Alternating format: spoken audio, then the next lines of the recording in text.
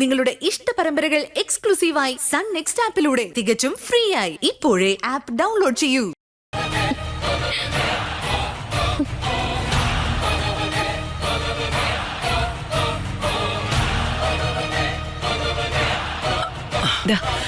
എന്താണ് മനോഹര? ആദ്യം ഈ വെള്ളം ഒന്ന് തൊണ്ടേന്നൊന്ന് ഇറക്കിക്കോട്ടെ, എന്നിട്ട് പറയാൻ സന്തോഷ വാർത്ത.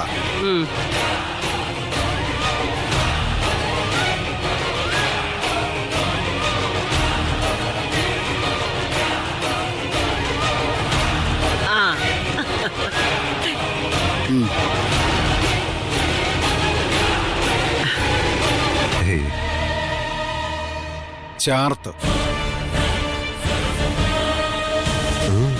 എന്തിന്റെ ചാർത്താടാ? നിത്യമോളും ശരത്തുമോനും ഒക്കെ ആഗ്രഹിച്ച അതേ ചാർത്ത്. എടാ, കല്യാണത്തിന്റെ ചാർത്തേ.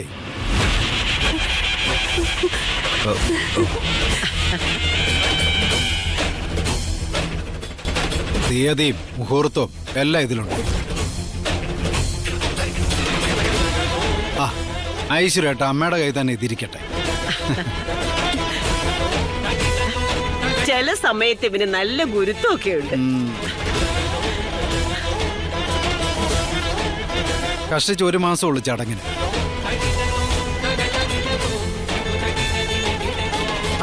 അങ്ങനെ ഓടി നടക്കാം. ഓടണം, ഓടാതെ പിന്നെ. എടാ, ഒറ്റ മകളുടെ കാര്യമല്ലേ? ഒറ്റപുത്രി അച്ഛനെ ഓടിക്കാൻ തുടങ്ങിയിട്ട് കാലം കുറെ ആയി. ഇന്ന മോളെ, പൂജാമുറി തന്നെ വെക്കണം.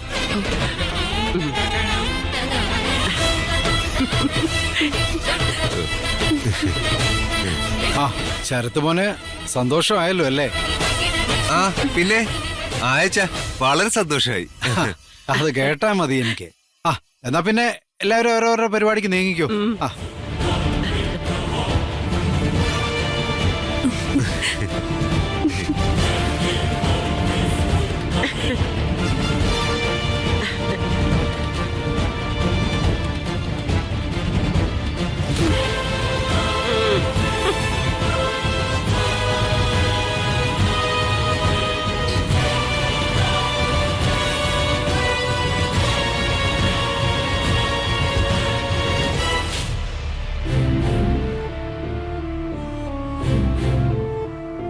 എന്തായാലും നന്നായി. ഒടുക്കം മനോഹരന് നല്ല ബുദ്ധി തോന്നിയല്ലോ. അല്ല, ചടങ്ങിന്റെ സമയം കുറിച്ചല്ലോ. മനോഹരേട്ടനല്ലെങ്കിലും ബുദ്ധിക്ക് കുറവൊന്നുമില്ല. ബുദ്ധിയില്ലാതെ പോയത് എന്റെ പൊന്നുമോക്കല്ലേ. നീ വല്ലതും പറഞ്ഞോ പാർവതി? എന്റെ അമ്മ ഞാനൊന്നും പറഞ്ഞില്ല. അല്ല, പറയാനുള്ളതേ ചുണ്ടിന്റെ അടിയിൽ വെച്ച് കുണുകുണുക്കുന്നതേ നിനക്ക് പണ്ടേ ഉള്ള ശീലമാണല്ലോ, അതുകൊണ്ട് ചോദിച്ചതാ. എല്ലാം ഭംഗിയായി നടക്കട്ടെ എന്ന് പറയുമായിരുന്നു. ആ, അക്കാര്യത്തിൽ നിനക്കെന്താ ഒരു സംശയം? അതെ, എല്ലാം ഭംഗിയായിട്ട് നടക്കും. നിന്റെ മോളെ സന്തോഷമായിട്ട് ജീവിക്കുകയും ചെയ്യും. സ്വന്തം മക്കള് സന്തോഷമായി ജീവിക്കണമെന്ന് തന്നെയല്ലേ അമ്മേ ഏതൊരു അച്ഛന്റെയും അമ്മയുടെയും ആഗ്രഹം. അതാണ് വേണ്ടത്. അതുകൊണ്ടേ ഇനി ഉള്ളതൊക്കെ പെങ്കൊച്ചിന്റെ പേരിൽ എഴുതി വെക്കാൻ അവനോട് പറയണം. അതുങ്ങൾക്ക് അത്രയും കൂടി സന്തോഷാവട്ടെ. പ്രമാണം ഇന്ന് തന്നെ ചെയ്യണോ അമ്മേ? അതോ നാളെ രാഹുകാലം കഴിഞ്ഞു മതിയോ? അല്ല മനോഹര, ഈ പെങ്കൊച്ചിന് എന്തായാലും കൊടുക്കാനുള്ളത് കൊടുക്കണ്ടേ? വേണ്ട സമയത്ത് കൊടുക്കേണ്ടത് കൊടുക്കാതെ വളർത്തിയത് കൊണ്ടാ എനിക്ക് ഈ അവസ്ഥ വന്നത്. അതെന്തു വർത്താനാ നീ പറയുന്നത്? എടാ, നിങ്ങൾക്കുള്ളതെല്ലാം നിത്യമോക്കുള്ളതല്ലേ? എന്നിട്ട് ഞാനും പാർവതിയും എങ്ങോട്ട് പോണോന്നും കൂടെ അമ്മയൊന്ന് പറഞ്ഞേക്ക്. കാശിക്കോ അതോ രാമേശ്വരത്തേക്ക്? അമ്മയ്ക്ക് പിന്നെ ശരത്ത് മോന്റെ വില്ലയും കുഞ്ഞോൽ കട്ടിലും ഉണ്ടല്ലോ. നിങ്ങൾ പിള്ളേരുടെ കൂടെ നിക്കണോടാ, അല്ലാതെ പിന്നെ. അതിപ്പേദം കഴുത്തി കല്ല് കെട്ടി ആമയഴഞ്ചാൻ തോട്ടിലേക്ക് ചാടുന്നതാ. അമ്മേ, ഞാൻ ശരത്തേട്ടന്റെ കൂടെ ഒന്ന് പുറത്തോട്ട് പോവാ.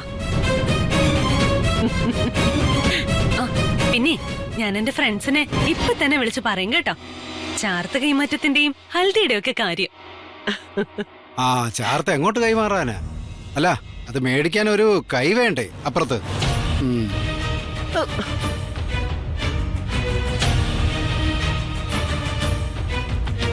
നിനക്കിത് എന്തിന്റെ കേടാ മനോഹര? വെറുതെ ആ കൊച്ചിന്റെ സന്തോഷം കെടുത്താനായിട്ട്. അയ്യോ, സന്തോഷിക്കട്ടെ. തന്തയുടെ നെഞ്ഞത്തെ വത്തലുമുളക് അരച്ച് ചമ്മന്തി ഉണ്ടാക്കാൻ ഒരു മോളും, എന്തൊരു സാധ എന്ന് പറയാൻ ഒരമ്മേ.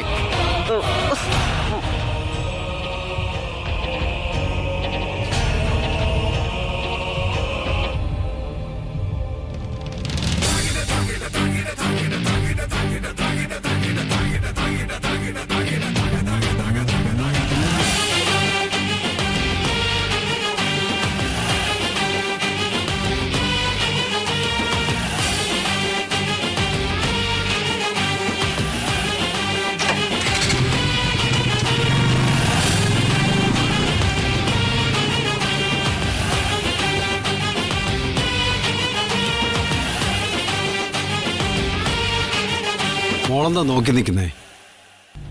ഞാൻ ഇവിടത്തെ രാജകുമാരന്റെ കുതിരപ്പുറത്ത് കയറി പോയ വഴിയിലേക്ക് ചുമ്മാ നോക്കി നിൽക്കായിരുന്നു. നിലത്തും താഴെയല്ല പെണ്ണ്. അല്ലെങ്കിൽ തന്നെ അവൾ എപ്പോഴും തള്ളയുടെയും തന്തയുടെയും തലയിലല്ലേ പാർവതി? ഈ തള്ളച്ചൊല്ല് കേൾക്കാത്ത വവ്വാലെ തലകീഴായി കിടക്കുന്ന ഒരു പഴഞ്ചൊല്ലുണ്ട്. ചടങ്ങിന് തീയതി കുറിച്ചത് തിരിച്ചടിയാവൂ അച്ഛാ. സത്യത്തിൽ എനിക്ക് നല്ല ഭയം തോന്നുന്നു. എനിക്കത് മനസ്സിലായി മോളെ.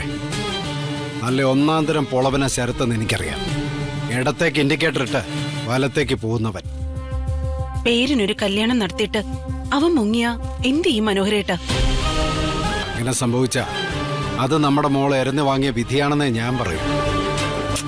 അങ്ങനെ പറഞ്ഞ് സമാധാനിക്കാൻ പറ്റുമോ മനോഹരേട്ട? നമുക്ക് ശരത്തിന് നഷ്ടപ്പെടാൻ ഒന്നുമില്ല. അവന് നഷ്ടപ്പെടാൻ ഏറ്റവും വിലപ്പെട്ടത് ഒന്നുണ്ട് പാർവതി, അവന്റെ ജീവൻ. ഇത്രയും ചതി എന്നോട് കാണിച്ചിട്ട് വീണ്ടും അവൻ ചതിച്ച ലോകത്തിന്റെ ഏത് കോണി പോയി ഒളിച്ചാലും കണ്ടുപിടിച്ച് കുത്തി മലർത്തും ഞാൻ അവനെ. അതാണോ ഇതിന്റെ അവസാനം അച്ഛാ? ഇതിനൊരു അവസാനം വേണ്ടേ മോളെ? വേണം. പക്ഷെ ശരത്തിനെ പോലെ ഒരു ചതിയന്റെ താലി നിത്യയുടെ കഴുത്തിൽ വീഴരുത്. അവന്റെ വിരൽ കൊണ്ട് അവൻ നിത്യയുടെ നെറുകയിൽ കുങ്കുമം തുടരുത്. ഒന്നും സംഭവിക്കില്ല മോളെ, ഒന്നും സംഭവിക്കില്ല. അതിനു മുമ്പ് അവന്റെ കള്ളത്തരം പൊളിച്ച് പുറത്തു കൊണ്ടുവരും.